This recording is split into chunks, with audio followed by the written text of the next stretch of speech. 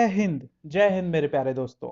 दोस्तों आपका एक बार फिर से दिल से स्वागत है आपका इस दिव्यांश विरथरे यूट्यूब चैनल पर। और मैं आशा करता हूं कि आप लोग बड़ी ही जिसको हम बोलते हैं कि शानदार जबरदस्त तरीके से क्या कर रहे होगे, पढ़ाई कर रहे होगे। और अब वो टाइम है सर जब आपको घबराना नहीं है। जो सबसे बड़ी गलती लोग बाग करते हैं पेपर के एक महीने पहले या पेपर के जब पेपर में कम टाइम बचता है तो लोग घबराने लगते हैं। मतलब उनके साथ खासकर होता है जो लोगों को एक्सपेक्टेशन बहुत है अपने एग्जामिनेशन से। और कई सारे लोगों को पता नहीं अंदर से क्या होने लगता है, पता नहीं क्या होगा। ऐसी चीजें आप बिल्कुल अवॉइड करिए, बिल्कुल चिल रहिए, आराम आराम से पढ़ाई करिए और नई चीजों को अवॉइड करिए। दूसरे क्या बोल रहे हैं डजेंट मैटर, आपने जो पढ़ा है इट्स ऑल सफिशियंट। ठीक है, आपने जो भी तैयारी करी है वो बहुत ज्यादा है। ठीक है, तो उन सब चीजों पे फोकस करिए।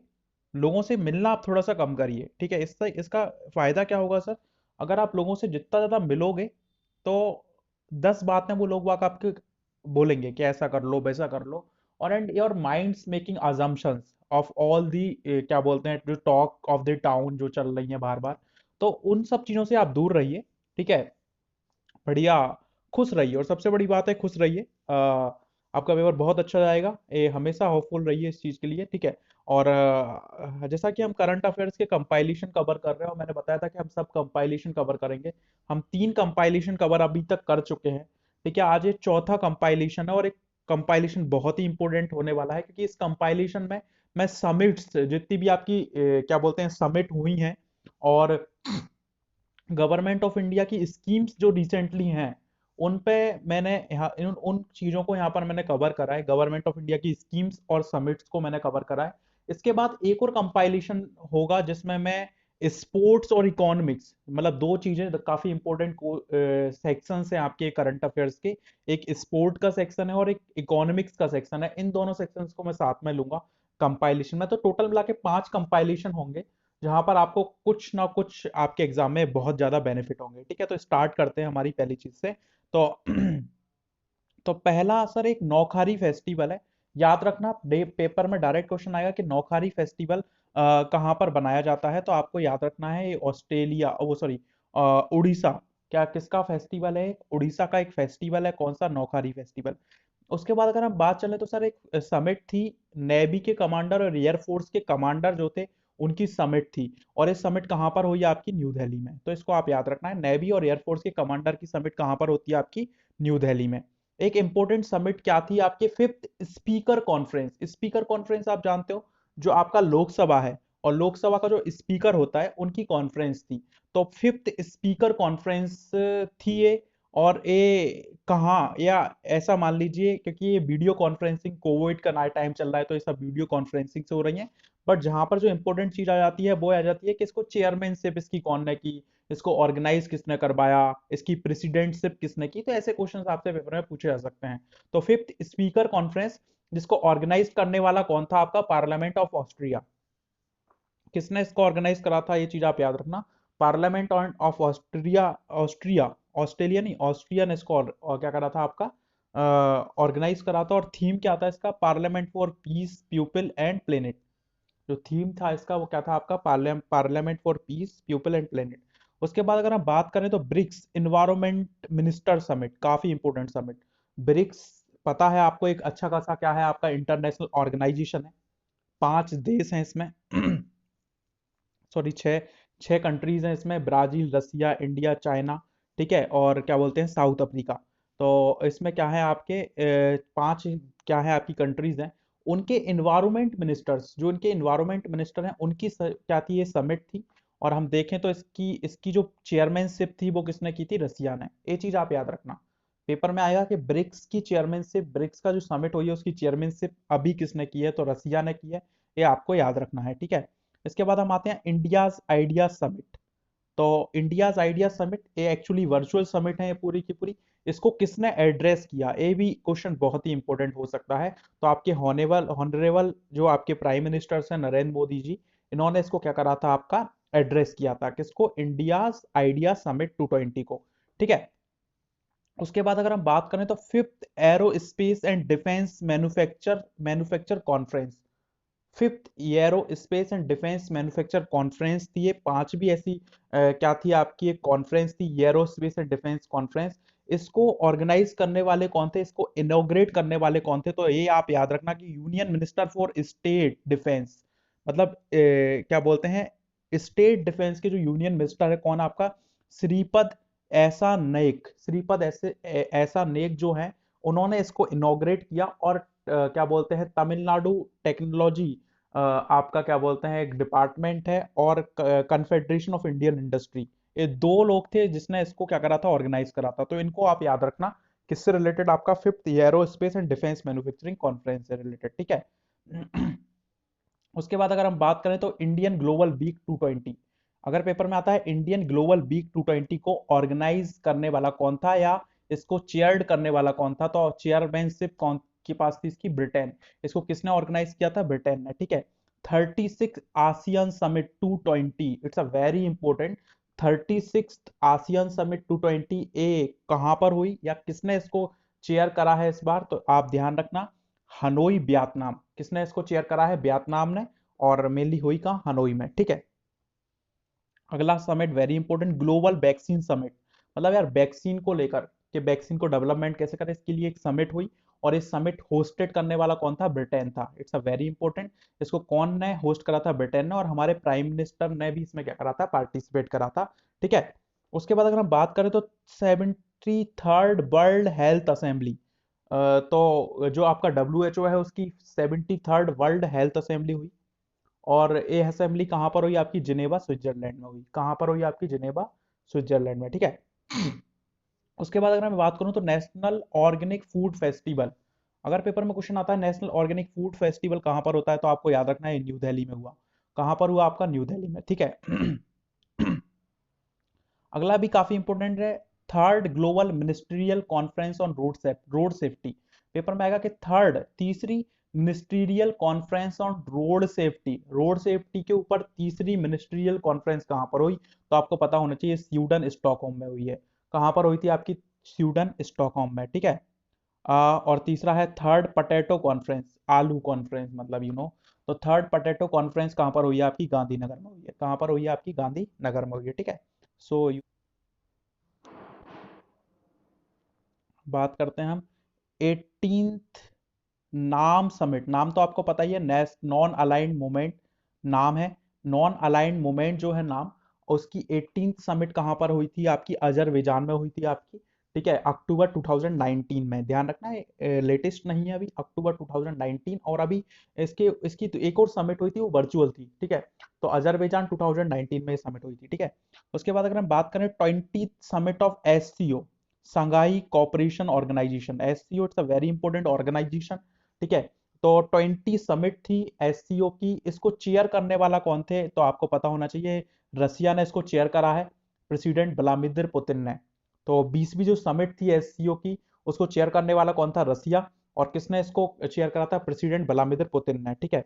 जैसा मैंने अभी आपको बताया 36 आसियन समिट किसने चेयर करी है, वियतनाम ने चेयर क्या करी है आपकी, चेयर करी थी। 35 कहाँ पर हुई थी, बैंकॉक थाईलैंड में हुई थी। थीम क्या है, cohesive and responsive ASEAN, cohesive and responsive ASEAN जो इसकी क्या थी आपकी थीम थी, ठीक है। अगर बात करूं जैसे मैंने आपको बताया कि 12th ब्रिक्स समिट, जो ब्रिक्स की समिट है 12th, वो भी किसने होस्ट करी है आपकी, रसिया ने होस्ट करी है। जैसा अभी हमने देखा एनवायरमेंटल मिनिस्टर्स की जो समिट थी ब्रिक्स की, वो भी रसिया ने क्या करी थी आपकी, चेयर करी थी, होस्ट करी थी। और अगर हम 11th की बात करें तो 11th किसने करी थी आपकी, होस्ट ब्राजील ने, ठीक है। एक काफी इंपॉर्टेंट समिट है, या आप कॉन्फ्रेंस मान सकते हो, COP25, conference of 25 on climate change, ये आप जरूर याद रखना, COP25 ऑन क्लाइमेट चेंज, ये कहां पर हुआ है आपका, मैड्रिड स्पेन में हुआ है, ठीक है। अगर हम बात करें 107 Indian science Congress, it's a very important, ये कहां पर हुई थी आपकी, बेंगलोर में हुई थी। ये पुराना है बट हो सकता है आपके पेपर में पुरानी करंट अफेयर्स आ जाए, तो आपको पता होना चाहिए। 107 इंडियन साइंस कांग्रेस कहां पर हुई है आपकी, बेंगलोर में हुई है, ठीक है। उसके बाद अगर हम बात करें एसेंड 220, तो एसेंड 220 एक ग्लोबल इन्वेस्टर मीट थी, जो कहां पर हुई थी आपकी, कोची केरला में हुई थी। इसका नाम क्या था आपका, एसेंड 220 ग्लोबल इन्वेस्टर मीट, कहां पर हुई आपकी, केरला कोची में। 23rd यूथ फेस्टिवल कहां पर होना था आपका, कहां पर हुआ आपका, लखनऊ में। 23वां युवा महोत्सव कहां पर हुआ आपका, लखनऊ में हुआ, ठीक है। उसके बाद अगर हम कुछ और समिट की बात करें तो रायसीना डायलॉग काफी फेमस समिट है, भारत सरकार इसको आयोजित करवाती है। कहाँ पर होता है आपको पता होना चाहिए, न्यू दिल्ली में होता है। उसके बाद अगर हम बात करें तो वर्ल्ड सस्टेनेबल डेवलपमेंट समिट 220, विश्व सतत विकास सम्मेलन 2020 कहाँ पर हुआ आपका, न्यू दिल्ली में हुआ। किसने इसको ऑर्गेनाइज करा, किसने इसको होस्ट करा, इंडिया ने इसको होस्ट करा था, कहाँ पर हुआ, न्यू दिल्ली में। 11th डिफेंस एक्सपो, मतलब जो 11th डिफेंस एक्सपो था वो कहाँ पर हुआ, तो आपको ये भी याद रखना है, आपका लखनऊ में हुआ। ये हम पढ़ चुके हैं global virtual vaccine summit, Britain ने इसको चेयर करा है। इंडियन ग्लोबल वीक भी हमने पढ़ा है, इसको भी ब्रिटेन ने क्या करा है, आपका होस्ट करा है। और G20 जो आपका एक बड़ा ही इंपॉर्टेंट इंस्टीट्यूशन है, ऑर्गेनाइजेशन है, उसके फाइनेंस मिनिस्टर और सेंट्रल बैंक गवर्नर की समिट थी। मतलब जो G20 है उसके फाइनेंस मिनिस्टर और जो उनका सेंट्रल बैंक है उसके गवर्नर की क्या थी, आपकी समिट थी। और इसको प्रिसाइड करने वाला, होस्ट करने वाला कौन था, तो याद रखना सऊदी अरेबिया था। इसको होस्ट करने वाला कौन था, आपका सऊदी अरेबिया था, ठीक है। इसके बाद जैसा हमने पता इन्वायरमेंटल मिनिस्टर समिट ब्रिक्स की, तो ये रसिया ने होस्ट करी है। और हमारे प्रकाश जावड़ेकर जो हमारे क्या थे, आपके इन्वायरमेंटल मिनिस्टर भी हैं, उन्होंने इसमें क्या करा था, पार्टिसिपेट करा था। और G7 की जो अपकमिंग समिट है, याद रखना G7 एक बहुत बड़ा क्या है, आपका ऑर्गेनाइजेशन है। वर्ल्ड की जो डेवलप्ड इकोनॉमीज हैं उनका एक बहुत बड़ा ऑर्गेनाइजेशन है G7। तो उनका उनकी जो समिट है वो कहाँ पर होने वाली है, अभी रिसेंटली यूएसए में होने वाली है, ठीक है। तो ये तो हो गया आपका क्या बोलते हैं, समिट्स की जो इंपोर्टेंट समिट्स है। और मुझे लगता है इतने इंपोर्टेंट समिट्स हैं जो अभी तक हुई हैं, ठीक है। और अब हम आते हैं स्कीम्स के ऊपर। काफी काफी इंपोर्टेंट स्कीम्स हैं, जो जो इंपोर्टेंट स्कीम्स हैं हम उनकी बात करेंगे। तो सबसे इंपोर्टेंट स्कीम इस टाइम की जो थी वो थी आपकी आत्मनिर्भर भारत अभियान। सबसे ज्यादा इंपॉर्टेंट, क्योंकि कोविड के मारे पूरी सिस्टम भारत की इकोनॉमी का हिल चुका था। तो गवर्नमेंट ऑफ इंडिया ने एक अभियान लॉन्च करा जिसका नाम था आत्मनिर्भर भारत अभियान। कब लॉन्च करा है, ये आपको याद रखना है, 12 मई को। कब लॉन्च करते हैं, 12 मई को लॉन्च करते हैं। इसके अंतर्गत अंडर दी आत्मनिर्भर भारत अभियान क्या था, आपका 20 लाख करोड़ का पैकेज दिया गया। 20 लाख करोड़ का पैकेज दिया गया, जो कि भारतीय जीडीपी का कितने परसेंट है, ये चीज आपको याद रखना है, 10%। जो कि भारतीय जीडीपी का कितने परसेंट है, 10% है। इसमें 5 पिलर्स थे। आत्मनिर्भर भारत अभियान जो था उसके अंतर्गत 5 पिलर हैं जो आपको याद रखना है। एक तो इकोनॉमी है, दूसरा इंफ्रास्ट्रक्चर है, तीसरा डिमांड है, और चौथा है टेक्नोलॉजी ड्राइवन सिस्टम। मतलब जो हम सिस्टम बनाएंगे वो किससे चलना चाहिए, टेक्नोलॉजी से चलना चाहिए। और लास्ट है वाइब्रेंट डेमोग्राफी। वाइब्रेंट डेमोग्राफी मतलब हम लोग जो कैसे होंगे, बहुत ही ज्यादा ऊर्जावान होंगे, ठीक है। तो डेमोग्राफी जैसे आपने पढ़ा है, डेमोग्राफी का मतलब होता है लोग, ठीक है। तो इसके 5 पिलर थे, आपको याद रखना है। इसके अंतर्गत ही एक चीज आपको याद रखनी है, आत्मनिर्भर भारत सप्ताह या आत्मनिर्भर भारत वीक, जो कब से कब तक बनाया गया, 7 से 14 अगस्त तक बनाया गया। और किसने इसको बनाया था, तो ये चीज आपको याद रखनी है, डिफेंस मिनिस्ट्री ने। बहुत ही इंपॉर्टेंट है, डिफेंस मिनिस्ट्री ने इसको बनाया 7 से 14 अगस्त के बीच में, ठीक है। उसके बाद अंडर इट, मतलब आत्मनिर्भर भारत अभियान, इन्होंने एक अम्ब्रेला टाइप की स्कीम बनाई और उसके अंतर्गत बहुत सारी स्कीम्स इन्होंने चलाई फिर। तो इसके बाद जो स्कीम इन्होंने चलाई वो थी प्रधानमंत्री गरीब कल्याण योजना। कौन सी योजना चलाई, प्रधानमंत्री गरीब कल्याण योजना। कब चलाई, 26 मार्च 2020 को चलाई। कब तक है इसकी वैलिडिटी, नवंबर 2020 तक चलेगी। कब तक चलेगी, नवंबर 2020 तक। इसके अंतर्गत कितने लाख करोड़ रुपए के तहत क्या कर रहे हैं, वेलफेयर हम कर रहे हैं, तो 1.70 लाख करोड़ के तहत क्या कर रहे हैं, इसमें हमने इन्वेस्ट किया है, इसमें हमने पैसा लगाया है।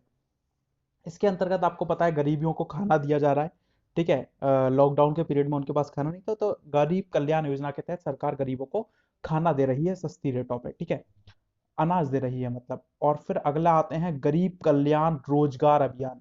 प्रधानमंत्री गरीब कल्याण रोजगार अभियान, इसको कब लॉन्च करा, 20 जून 2020 को लॉन्च करा। कब लॉन्च करा, 20 जून 2020 को। किस एक मिनिस्ट्री के अंतर्गत है ये, तो याद रखना रूरल मिनिस्ट्री, जो आपका ग्रामीण विभाग है उसके अंतर्गत एक क्या चल रही है, आपकी स्कीम चल रही है। इसके अंतर्गत क्या था कि जो लोग माइग्रेटेड होकर अपने गाँव में जा चुके हैं, अब उनके पास कोई रोजगार नहीं है, तो उनको रोजगार देने के लिए स्कीम क्या करी गई, आपकी चलाई गई, ठीक है। अगली स्कीम काफी इंपॉर्टेंट है, प्रधानमंत्री अ, अ, स्वनिधि। प्रधानमंत्री PM Svanidhi scheme. PM Svanidhi scheme या प्रधानमंत्री स्ट्रीट वेंडर्स के लिए एक स्कीम थी ये। किसके लिए स्कीम थी? स्ट्रीट वेंडर्स के लिए। इसको समझो, जैसे पता है यार, आपके छोटे छोटे चाट के ठेले होते हैं, जो छोटे छोटे आपके स्ट्रीट वेंडर्स जिनको हम बोलते हैं, ठीक है, उनके सामने बड़ी परेशानी आ गई थी। मतलब जब लॉकडाउन लगा तो उनके सबके जो बिजनेस, छोटे छोटे बिजनेस थे, वो बंद हो चुके थे। और जब लॉकडाउन खुला तो उनके पास इतना भी पैसा नहीं था कि वो दोबारा से बिजनेसेस को अपने क्या कर सके, चालू कर सके। तो गवर्नमेंट एक स्कीम लेके आई जिसका नाम था PM Svanidhi scheme. PM Svanidhi scheme के तहत क्या था, इनको 10,000 रुपए तक का लोन क्या करा जाएगा, आपका दिया जाएगा, वर्किंग लोन। मतलब वर्किंग कैपिटल का मतलब है कि यार कोई चीज स्टार्ट करने के लिए एक कैपिटल जो लगती है वो वर्किंग कैपिटल होती है। तो 10,000 रुपए की वर्किंग लोन इनको दिया जाएगा, स्ट्रीट वेंडर्स को। इसको कब स्टार्ट करा? तो 1 जून 2020 को स्टार्ट करा। किस एक मिनिस्ट्री के अंतर्गत है? ध्यान रखना, जो अर्बन मिनिस्ट्री है उसके अंतर्गत ये योजना क्या कर रही है, आपकी चल रही है। ठीक है, कब तक है? तो इसकी जो टाइम फ्रेम है वो मार्च 220, वो सॉरी 222 तक ये स्कीम क्या है, आपकी चलेगी। ठीक है, उसके बाद अगर हम देखें तो प्रधानमंत्री मत्स्य संपदा योजना। प्रधानमंत्री मत्स्य संपदा योजना आपको दिख रहा होगा, मत्स्य है। तो ये स्कीम जो है वो फ्लैगशिप स्कीम है फिशरीज डेवलपमेंट के लिए। मतलब जो आपका फिशरीज है, फिशरीज जो डेवलपमेंट है उसके लिए फ्लैगशिप स्कीम है। कब से स्टार्ट हुई? तो याद रखना 20 मई 2020 से इसको स्टार्ट करा। इसके लिए जो बजट है वो लगभग 20,000 करोड़ का है। और इसका जो टाइम पीरियड है वो 5 साल का है। 2020-21 से लेके कब तक चलेगी ये स्कीम आपकी? 2024-25 तक स्कीम क्या होने वाली है, चलने वाली है। ठीक है, अगर हम बात करें तो प्रधानमंत्री ग्राम सड़क योजना, it's a very important scheme, जो कि 2000 में स्टार्ट हुई थी। मतलब कब स्टार्ट हुई थी? 25 दिसंबर 2000 को स्टार्ट हुई थी। और तब से इसका अभी तीसरा फेज स्टार्ट हुआ है। गवर्नमेंट ने 2019 में इसका कौन सा फेज स्टार्ट करा है? प्रधानमंत्री ग्राम सड़क योजना का तो तीसरा फेज इसका स्टार्ट करा है। ये चीज आप याद रखना, पेपर में आ सकता है कि बताइए ग्राम प्रधानमंत्री ग्राम सड़क योजना, पुराना भी पूछ सकते हैं कब स्टार्ट हुई थी। तो आपको याद रखना है 25 दिसंबर 2000 को स्टार्ट हुई थी। और नया भी आ सकता है कि इसका कौन सा फेज चल रहा है और कब से फेज इसका स्टार्ट हुआ। थर्ड फेज चल रहा है, 2019 से स्टार्ट हुआ। ठीक है, अगर हम बात करें सुरक्षित मातृत्व आश्वासन स्कीम, जिसका नाम है सुमन। ठीक है, आप इसको याद रखें, सुमन स्कीम जो है वो क्या है आपकी? सुरक्षित मातृत्व आश्वासन स्कीम, सुमन जिसका नाम है। इसके तहत जो आपकी प्रेग्नेंट लैक्टेटिंग वुमन्स हैं उनको फ्री ऑफ कॉस्ट क्या दिया जाएगा, आपका हेल्थ सर्विस दी जाएगी। कब स्टार्ट हुई थी? ये 10 अक्टूबर 2019 को हुई थी। ये चीज आप याद रखना। उसके बाद है प्रधानमंत्री किसान मानधन योजना। इट्स अ वेरी इंपॉर्टेंट योजना, किसान मानधन योजना। कब से स्टार्ट हुई है? तो याद रखो 12 सितंबर 2019 को से स्टार्ट हुई है। इसके अंतर्गत क्या है, 60 साल के बाद किसानों को 3,000 रुपए की पेंशन दी जाएगी। किसको? किसानों को 60 साल के बाद कितने की पेंशन दी जाएगी? 3,000 की। कौन? गरीब किसानों को मेनली, जो अ, अगर आपको इसमें रजिस्ट्रेशन करवाना है तो आपको कुछ प्रीमियम देना पड़ेगा, कुछ पैसे आपको देने पड़ेंगे। कौन एलिजिबल है? 18 से 40 साल के जो किसान हैं वो इस स्कीम के लिए क्या है, आपके एलिजिबल हैं। 18 से 40 साल के जो किसान हैं वो इस स्कीम के लिए क्या है, आपके एलिजिबल हैं। ठीक है, तो ये आप याद रखना। उसके बाद आते हैं पीएम किसान, it's a very important scheme. इसके तहत एक कब स्टार्ट हुई है? तो फरवरी 2019 में इसको स्टार्ट करा गया।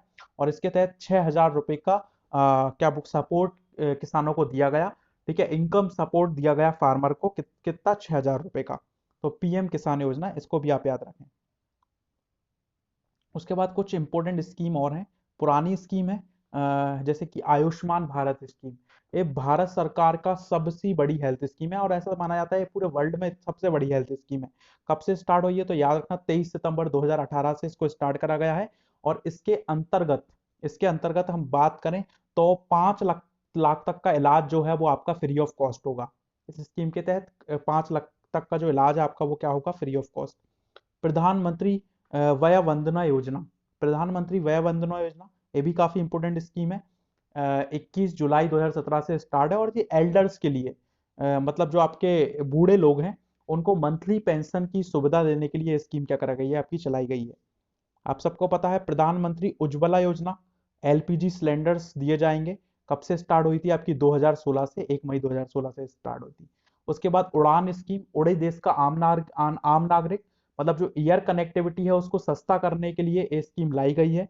कब लाई गई थी? 2017 में लाई गई थी। तो ये आप याद रखना। उसके बाद एक इंपॉर्टेंट स्कीम थी प्रधानमंत्री मुद्रा योजना। अब प्रधानमंत्री मुद्रा योजना कब से स्टार्ट हुई थी? 2015 से स्टार्ट हुई थी। और इसके तहत क्या था, जो माइक्रो यूनिट्स हैं आपके, जो छोटे छोटे आपके सूक्ष्म उद्योग हैं, उनको क्या दिया जाएगा? आपका लोन दिया जाएगा। और 3 प्रकार के लोन्स का क्या था आपका प्रोविजन था, जिसमें अगर हम बात करें 50,000 तक के लोन को हमने शिशु बोला। 50,000 से 5 लाख तक के जो लोन थे उनको हमने किशोर बोला। और 5 लाख से 10 लाख तक के जो लोन थे उनको हमने क्या बोला? तरुण बोला। ठीक है, तो 3 तरह के लोन दिए जाएंगे इस एक स्कीम के तहत। और भी कई सारी स्कीम है, मेक इन इंडिया है, जनधन योजना है, काफी पुरानी स्कीम है। एंड आई थिंक के अब इन स्कीम्स का पूछा जाना काफी मुश्किल है, बट फिर भी आप इंश्योर होने के लिए एक बार पढ़ लें ये पुरानी स्कीम्स को, ये भी इंपॉर्टेंट है। जहां तक मुझे लगता है ये सब इंपॉर्टेंट स्कीम्स मैंने कवर कर ली हैं। तो थैंक यू सो मच, बने रहिए मेरे साथ।